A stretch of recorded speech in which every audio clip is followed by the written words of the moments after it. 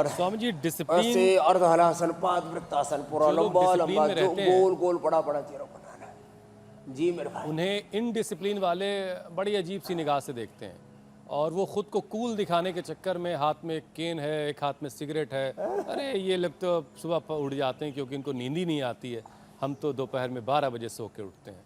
अपने आप को कूल दिखाने के चक्कर में पता नहीं क्या क्या उल्टा सीधा कर रहे हैं। बहरहाल अब इसकी वजह से बड़ी सारी गलतियां हो रही हैं।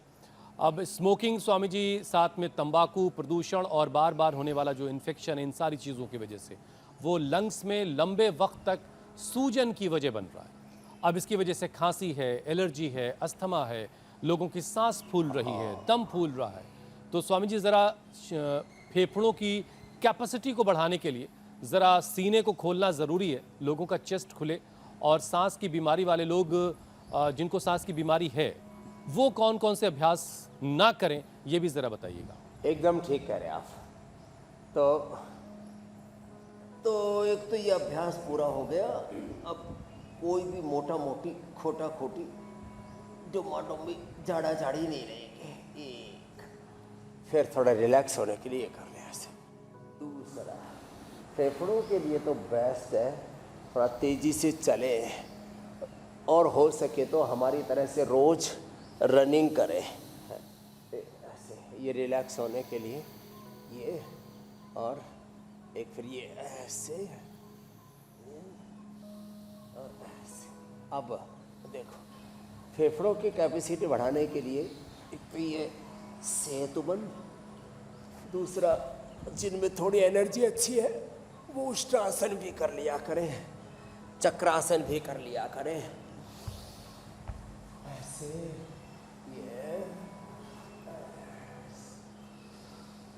ये लंग की कैपेसिटी को बढ़ाने के लिए वैसे के लिए उष्ट्रासन, एक है ये ताड़ासन, बहुत ही अच्छा ऐसे।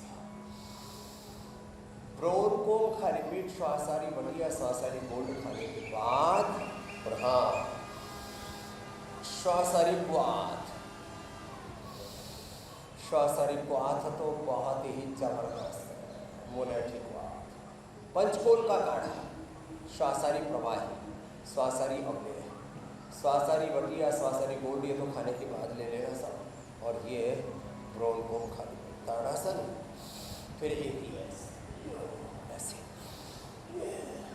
ऐसे और एक ही ऐसे ऐसे लंबे लंबे श्वासों के साथ यूँ हाथ करना और ऐसे खड़े होकर के बैठिए। इससे 2400 किलोमीटर लंबा रेस्पिरेटरी ट्रैक पूरा खुल जाता है ऐसे, स्कंध संचालन से। और जिनसे बन पाए ना वो तो फिर ऐसे गोमुखासन और प्राणायाम, भस्त्रिका, कपालभाति, उज्जाई, अनुलोम विलोम, सूर्य भेदी, अप्रतिम प्राणायाम है। अणु तेल नाक में जरूर डालिया करें चारों तरफ। कुछ लोग तो इन्फेक्शन का प्रसाद सा बांटते फिरते हैं, कोई सर्दी जुकाम का प्रसाद बांट रहा है, कोई टीबी का प्रसाद बांट रहा है। ये कम्युनिकेबल डिजीज है, संक्रामक रोग है। कुछ हेपेटाइटिस का प्रसाद बांट रहे हैं। तो ये देखो, लेकिन अनजाने में स्वामी जी वो लोग कर रहे हैं। बाकी सर्दी जुकाम बुखार दूसरों के संक्रमण से भी हो जाता है। तो जी जी जी, ये और ये जी मैं नहीं स्वामी जी, बस मैंने ज़रा सा उसमें डिस्क्लेमर जोड़ा, कहीं कोई नाराज़ ना हो जाए कि लोग ये प्रसाद बांट रहे हैं। तो वो अनजाने में लोगों से गलती हो रही होती है। तो जब भी किसी को खांसी जुकाम इस तरह की चीज़ें हो जिससे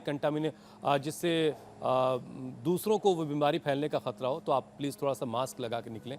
स्वामी जी बस ये कहना चाहते हैं। कंटेमिनेशन ठीक है, बहुत ज़रूरी है। नहीं तो अब जैसे आंखों में किसी को कंजक्टिवाइटिस हो गया, वो दूसरों को ऐसे ही बांटता फिरता रहता है। उसके जरा सा आंख का आंसू किसी के ऐसे हाथ लगा करके और ऐसे भी किसी से हाथ मिला लिया ना, दूसरे को प्रसाद मिल जाता है। तो थोड़ी संवेदनशीलता, सजगता होनी चाहिए, क्यों दूसरों को कष्ट दे। तो जो है आपने उसको थोड़ा बहुत ही संजीदगी और जागरूकता के शब्दों में कहा, मैंने थोड़ा उसको विनोद के तरीके से कह दिया था। लेकिन अपने को कोई भी ऐसा काम नहीं करना जिससे कभी भी किसी भी प्रकार की हमारी भूल से भी किसी को कोई बीमारी लगे या कोई कष्ट हो, कोई दुख हो। क्यों ऐसा करना। तो मैं कह रहा था ना चारों तरफ रोग बीमारियां घात लगाए बैठे हैं, शत्रु घात लगाए बैठे हैं। और उन्हीं शत्रुओं से बचाने का काम हम हर रोज इंडिया टीवी पे करते हैं। तो देखो फेफड़ों को मजबूत बनाने वाला कार्यक्रम हमने कर दिया, गोमुखासन और प्राणायाम तो अप्रतिम है। अब देखो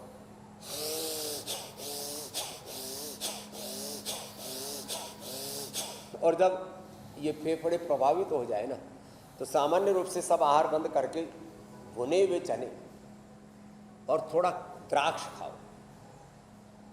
मुनक्का, खजूर, अंजीर आदि खाओ, बाकी सब बंद कर दो। ये बहुत है ना, पूर्ण पोषण मिल जाता है भुने हुए चने से, मुनक्का, खजूर, अंजीर से। थोड़ा सा अनार और पपीता ले सकते हो, बाकी चीज़ें तली भुनी नहीं। बाकी दाल, रोटी, सब्जी भी, दूध, दही, घी आदि थोड़े दिन के लिए बंद। 3 से 5 दिन में फेफड़ा एकदम टनाटन हो जाएगा। ये बहुत ज़बरदस्त बात मैंने बताई है। भुना हुआ चना, काली द्राक्ष खा लो, बस हो गया काम। थोड़ा सा अनार खा सकते हैं, पपीता खा सकते हैं, पेट में गर्मी भी नहीं होगी। भस्त्रिका करें, ओहो स्वासारी ब्रोंकुम तो हमने बताया, भस्त्रिका करें। नाक में अणु तेल सुबह सुबह डाल लिया करें। और दूध में हल्दी, अदरक, शिलाजीत, अश्वगंधा और मुलेठी 5 चीजें डाल दी। नहीं तो अकेला दूध कफ करता है। जब कफ कोल्ड हो जाए तो घी तो नहीं खाना चाहिए, घी अमृत है, यहाँ भी रखा हुआ। हाँ, च्यवनप्राश खा सकते हैं, बच्चों के लिए बाल प्राश ये खा सकते हैं। हाँ, अच्छी अच्छी चीज़ें खाएं पिएं।